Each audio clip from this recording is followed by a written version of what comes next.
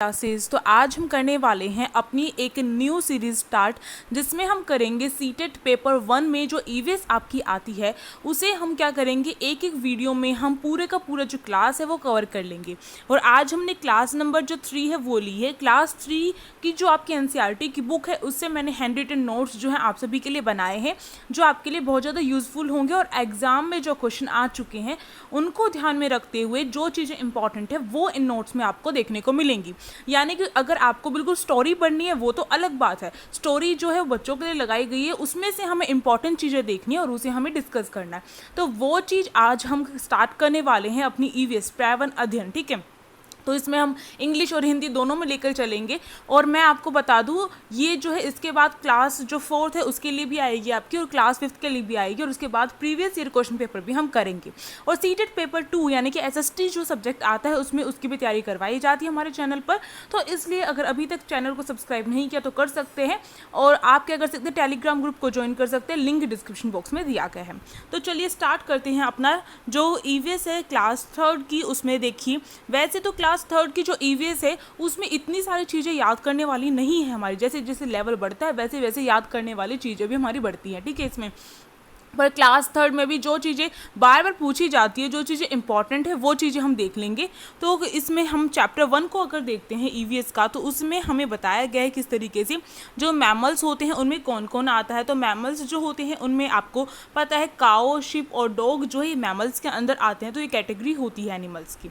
Birds, जो birds होते हैं वो कौन कौन, जैसे स्पैरो, पैरेट हो गया, क्रो हो गए, ठीक है, इस तरीके से हमारे जो बर्ड्स हैं वो आ जाएंगे। रेप्टाइल्स में कौन कौन आता है, यानी कि जो रिंग के चलते हैं उनमें कौन कौन से आते हैं। तो लिजार्ड यानी कि छिपकली, और स्नेक यानी कि हमारा जो सांप होता है वो रिंग कर चलता है। तो ये कैटेगरी हमारी जो होती है, मैचिंग जो आती है आपकी ईवीएस का जो पोर्शन होता है उसमें, तो उसमें आपकी जो मैचिंग आती है वहाँ पर आपको ये देखने को मिलते हैं। ठीक है, इंसेक्ट्स जो होते हैं उसमें हाउस फ्लाई यानी कि हमारी जो मक्खियाँ जो घर में रहती हैं, और कॉकरोच वगैरह जो हो गए हमारे इंसेक्ट्स में आ जाते हैं। ठीक है, तो ये आपको इसकी कैटेगरीज याद रखनी होंगी। इसके बाद आपका जो चैप्टर 1 के बाद सीधे चैप्टर 6 जो है उसमें आपकी इंपॉर्टेंट चीज़ें हैं। उसके पहले वाले जो चैप्टर्स है उसमें इतना कुछ भी इंपॉर्टेंट नहीं है, बस आपको नॉर्मली कहानी बताई गई है, कैसे वोटर आप जो हैं वोटर कैसे आप सेव कर सकते हैं। ये नॉर्मली चीज़ें हैं जो आप बिना पढ़े भी कर सकते हैं, अगर बाई चांस क्वेश्चन आ भी गया तो। वैसे उसमें से क्वेश्चन नहीं आते हैं। तो चैप्टर 6 जो है, चैप्टर 6 में हमें बताया गया है कि किस तरीके से कहाँ कहाँ पर क्या चीज़ें फेमस है खाने की। तो जहाँ पर जो चीज़ फेमस, किसी की कोई भी फीचर बता रखा है, किसी भी चीज़ का कोई भी विशेषता बता रखी है, तो वो हमारा जो है सीटेट के एग्ज़ाम से हमारे लिए इम्पॉर्टेंट बन जाता है। तो चैप्टर 6 देखिए, इसमें बता रखा है, यानी कि बच्चे आपस में बातचीत करते हैं और वो जो है डिस्कस करते हैं। इसके थ्रू हमें बताया गया, क्योंकि जो ईवीएस पार्ट है वो इसलिए होता है क्योंकि ईवीएस में हम जो होते हैं बच्चों की, क्योंकि छोटे बच्चे होते हैं उन्हें पढ़ाना होता है, तो उसके लिए हम क्या करते हैं, उनके आसपास का जो एनवायरनमेंट है उससे रिलेट करते हुए उन्हें चीज़ें सिखाते हैं। ठीक है, तो ये भी एक क्वेश्चन बनता है जो आपकी पेडागोजी में आपका कवर होता है। तो देखिए, हांगकांग के बारे में बताया गया कि हांगकांग में जो स्नैक्स होते हैं वो खाए जाते हैं, इंपॉर्टेंट है, मैचिंग में काफ़ी बार पूछे गए हैं, ये जो आपके चैप्टर 6 में दिए गए हैं।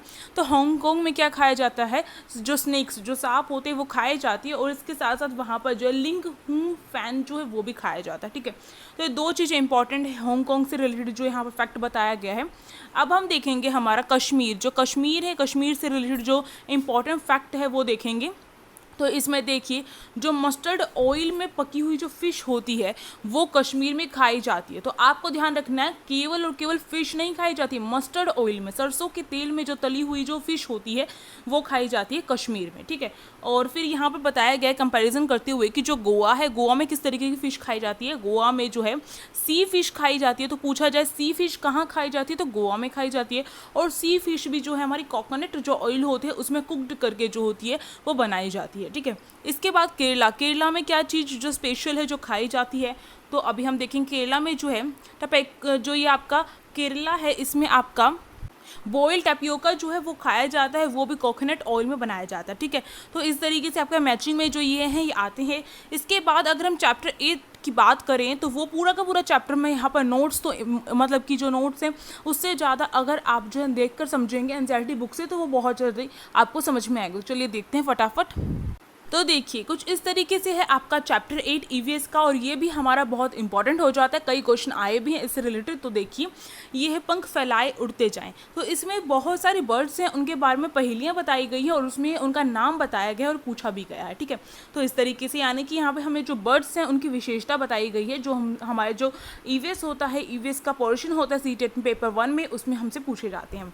तो सबसे पहले यहाँ पर बताया गया है, तो देखिए यहाँ पे किस तरीके से बताया गया है कि सिर पर मेरे डैश है। तो सिर पर इसके क्या है, मोर पंख होते हैं, ठीक है। सुंदर पंखों पर नाज है, इसे जो है अपने सुंदर सुंदर जो पंख होते हैं, आप देख सकते हैं किस तरीके से इसके सुंदर से पंख हैं, इन पर इसे नाज होता है, सुंदर नाच दिखाता हूँ, राष्ट्रीय पक्षी कहलाता हूँ। तो यहाँ पर इंपॉर्टेंट फैक्ट क्या बनता है कि ये जो होता है ये राष्ट्रीय पक्षी होता है। कौन है राष्ट्रीय पक्षी, आपको ध्यान रखना है। तो मोर हमारा राष्ट्रीय पक्षी है जो यहाँ पर दिखाया गया हमें। तो एक ये इंपॉर्टेंट हो गया इसका। आगे देखिए, आगे बताया गया आकाश से सीधे आती हूँ, झटपट चूहा ले जाती हूँ, पूछ है मेरी खाचे वाली, डैश हूँ मैं बड़ी निराली। तो यहाँ पर जो है किसके बारे में पूछा गया है, यहाँ पर देखिए आकाश में जो है वो सीधे आकाश से एकदम से आती है और चूहों को खाती है, ठीक है। तो ये हमारी बाज होती है, आपको ध्यान रखना है, यानी कि ईगल बाज होती है, इस तरीके से दिखाई देती है और चूहों को खाती है। तो बाज को लेकर यहाँ पर हमारा जो एक स्पेशल चीज़ हमें पता चलती है यहाँ पर। इसके बाद देखिए यहाँ पर हमें इसके बारे में बताया गया है।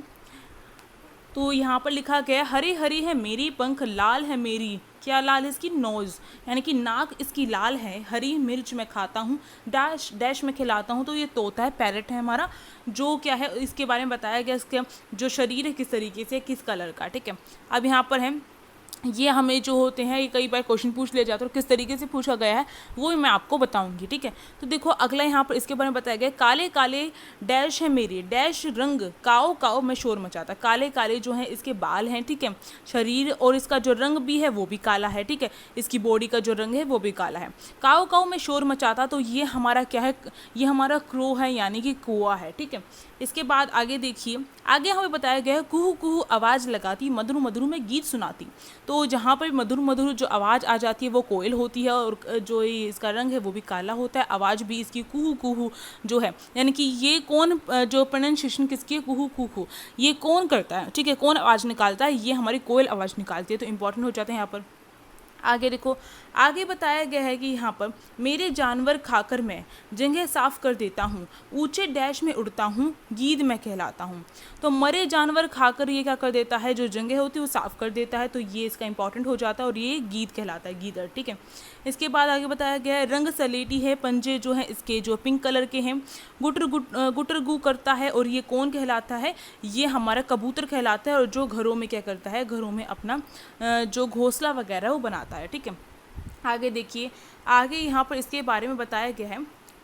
तो इसके बारे में क्या बताया गया है हमें यहाँ पर देखते हैं।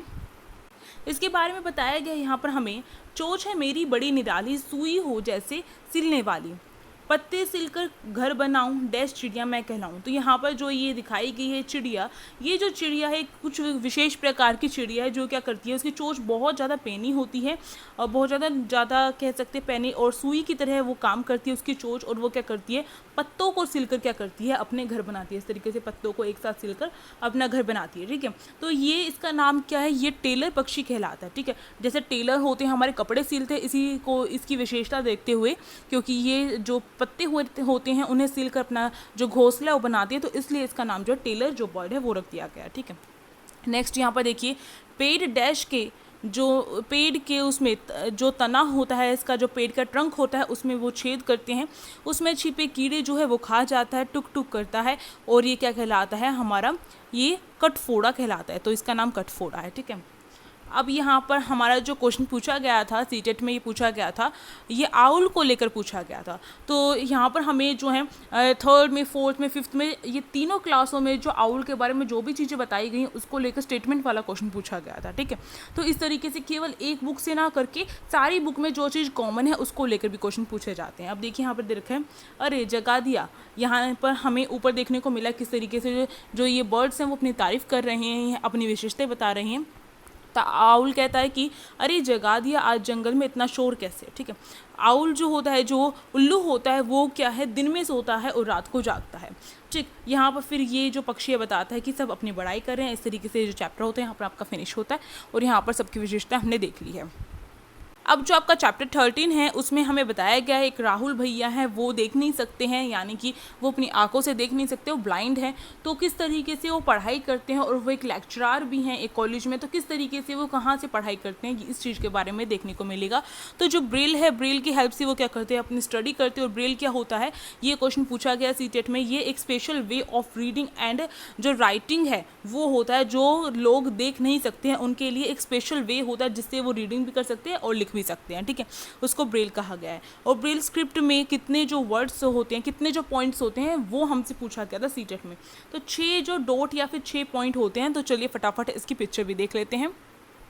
तो देखिए यहाँ पर किस तरीके से दिखाया गया है कि 6 डॉट, यानी कि अगर उसे क्यू जो है, इस वर्ड, ये जो हमारा अल्फ़ाबेट है, इसको रीड करना है तो इस तरीके से 6, हर किसी में 6 होते हैं, 1 2 3 4 5 6, ठीक है। और यहाँ पर इस तरीके से, और ये ऊपर की तरफ उठे होते हैं, सतह से ऊपर की तरफ उठे होते हैं। तो ये 2 विशेषता इसकी याद रखनी है। डब्लू है तो हर किसी में 6 डॉट होते हैं, और ये डॉट जो होते हैं थोड़े अलग टाइप के होते हैं, ठीक है। और यहाँ पर देख सकते हैं कि 3 जो है इस तरीके से यहाँ पर कर रखी हैं ब्लैक कलर से, और ये तो इस तरीके से वो हाथ लगा लगा पहचानते हैं, ठीक है। तो 6 डॉट्स होते हैं, आपको ध्यान रखने हैं। अब जो चैप्टर 16 है आपका, इसके बाद इंपॉर्टेंट है, इसमें एक गेम के बारे में बता रखा है, और जो भी गेम वगैरह होते हैं वो आपसे पूछे जाते हैं, ठीक है। तो स्टेपू जो गेम है उसके बारे में बताया गया है, जिसे हम हॉप स्कॉच भी कहा जाता है, ठीक है। इसमें ये जो स्टेपू गेम होता है, ये मोस्टली हम सब खेल चुके हैं बचपन में, और ये जो होता है गली में खेला जाता है, और इसमें जो होता है गली या फिर जहाँ पर भी खाली जो होती है वहाँ पर खेला जाता है। तो इसमें बताया गया है कि किस तरीके से कितने बॉक्सेस होते हैं इसमें, ठीक है। तो इसमें जो है 4 से 5 जो बॉक्सेस देखने को मिलते हैं, या फिर 7 से 8 बॉक्सेस होते हैं, तो ये ध्यान रखना है आपको, ठीक है। इसके बाद हमारा नेक्स्ट जो चैप्टर है वो चैप्टर नंबर 17 है। इस 17 चैप्टर में हमें जो है पोस्ट ऑफिस से जो हमारा आता है, उसमें जो PIN जो होता है उसके बारे में हमें यहाँ पर बताया गया है कि वो क्या होता है, ठीक है। तो देख लेते हैं PIN जो होता है उसके बारे में बताया गया है हमें। तो ये देखिए NCERT बुक का चैप्टर नंबर 17 है। ये मैंने यहाँ पर आपको इसलिए शो किया क्योंकि देखने के बाद हमें ज़्यादा अच्छी चीज़ें समझ में आ जाती हैं। तो इसमें जो है हमारी जो चिट्ठी आती है, जो लेटर आता है, उसमें कुछ इस तरीके का लेटर होता है, जैसे कि मैंने आपको जो अगर आप क्लास 4 की देखेंगे वीडियो, तो उसमें मैंने आपको बताया है कि क्लास 4 में आपको जो लगाया गया है कि जो टिकट है, टिकट को लेकर क्वेश्चन पूछे जाते हैं, टिकट के अंदर क्या क्या चीज़ें होती हैं ये पूछे जाते हैं। इसी तरीके से पोस्ट ऑफिस से जो लेटर आता है, उस लेटर में जो आपका एक PIN नंबर यहाँ पर आपको देखने को मिल रहा है, ये PIN नंबर जो होता है इससे क्वेश्चन बनता है, ठीक है। इससे क्वेश्चन पूछा गया है सीटेट में कि ये जो पहला नंबर है क्या बताता है, दूसरा नंबर क्या बताता है, तीसरा नंबर क्या बताता है, और लास्ट के 3 नंबर क्या बताते हैं, ठीक है। इस तरीके से क्वेश्चन होता है, या फिर स्टेटमेंट वाला क्वेश्चन भी आपसे पूछा जा सकता है। तो इसको लेकर क्वेश्चन पूछा जा चुका है। तो अब देखिए जो पहला नंबर होता है इसमें, ये टोटल नंबर कितने होते हैं PIN में, टोटल नंबर आपके कितने होते हैं, 6 टोटल नंबर होते हैं, ठीक है। आपको ध्यान रखना है। और इसमें जो आपका फर्स्ट लेटर यहाँ पर दिया गया है, ये आपका क्या बताता है, ये आपका इंडिया के अंदर जो रीजन है वो बताता है कि इंडिया के अंदर जो आप कहाँ पर है, जैसे कि दिल्ली में है, कहाँ पर है, ठीक है। और इसके बाद आपको जो सेकंड नंबर है, ये सेकंड नंबर आपको क्या बताता है, सेकंड नंबर ये बताता है, ये सब रीजन बताता है, यानी कि आप जो दिल्ली है तो दिल्ली के अंदर भी कहाँ पर है, ठीक है। दिल्ली के अंदर कोई जगह है तो वो आपको बताता है यहाँ पर। और ये थर्ड जो होता है, थर्ड आपका बताता है कि जो आपकी डिस्ट्रिक्ट कौन सी है, यानी कि दिल्ली के अंदर कोई जगह है उसके अंदर भी जो डिस्ट्रिक्ट है वो कौन सी है, तो यहाँ पर शॉर्टिंग डिस्ट्रिक्ट आपको बताई जाती है। और लास्ट के 3 लेटर होते हैं वो आपको क्या बता रहे हैं, यहाँ पर पोस्ट ऑफिस का जो नंबर है, यानी कि पोस्ट ऑफिस कौन सा है उसका जो नंबर है वो यहाँ पर बताया जाता है। इसको देखकर पहचाना जा सकता है पोस्ट ऑफिस कहाँ का है, ठीक है। तो इस तरीके से होता है और ये पूछा जा चुका है। तो अब हम जो नोट्स मैंने बनाए हैं उससे भी हम देख लेते हैं। तो आप यहाँ पर देख सकते हैं PIN की फुल फॉर्म सबसे पहले आपको पता होनी चाहिए, पोस्टर इंडेक्स नंबर, तो ये इसकी फुल फॉर्म है। और जो आपके इसमें टोटल लेटर कितने होते हैं, 6 टोटल लेटर होते हैं। फर्स्ट लेटर आपको क्या दिखाता है, इंडियन रीजन दिखाता है। सेकंड लेटर आपको क्या दिखाता है, सब रीजन दिखाता है। थर्ड लेटर आपको क्या दिखाता है, शॉर्टिंग डिस्ट्रिक्ट दिखाता है। और लास्ट के जो 3 लेटर्स बढ़ जाते हैं वो क्या दिखाते हैं, पोस्ट ऑफिस का नंबर दिखाते हैं। तो इस तरीके से आपके चैप्टर में बस यही इंपॉर्टेंट है। और तो फिर सारी जो है हमें ये दिखाई गई है पिक्चर्स के थ्रू किस तरीके से हम जो लेटर होते हैं उसे पोस्ट करते हैं, ठीक है। तो वो आपका इंपॉर्टेंट नहीं है, इंपॉर्टेंट आपका यहाँ पर यही है, ठीक है। अब नेक्स्ट चैप्टर आपका 18 है और इस चैप्टर में हमें बताया गया है नेक्स्ट चैप्टर, यानी कि आपका जो इसके बाद जो नेक्स्ट चैप्टर जिसमें इंपॉर्टेंट चीज़ है वो आपका 18 है चैप्टर। आप खुद भी रीड करके देख सकते हैं। और जो चैप्टर्स है वो सीटेट के पॉइंट ऑफ व्यू से आपके लिए इंपॉर्टेंट नहीं है। तो चैप्टर 18 जो है उसमें बताया गया है किस तरीके से जो घर वगैरह हैं वो होते हैं। तो असम में बताया गया है कि असम में किस टाइप के जो घर हैं वो मिलते हैं।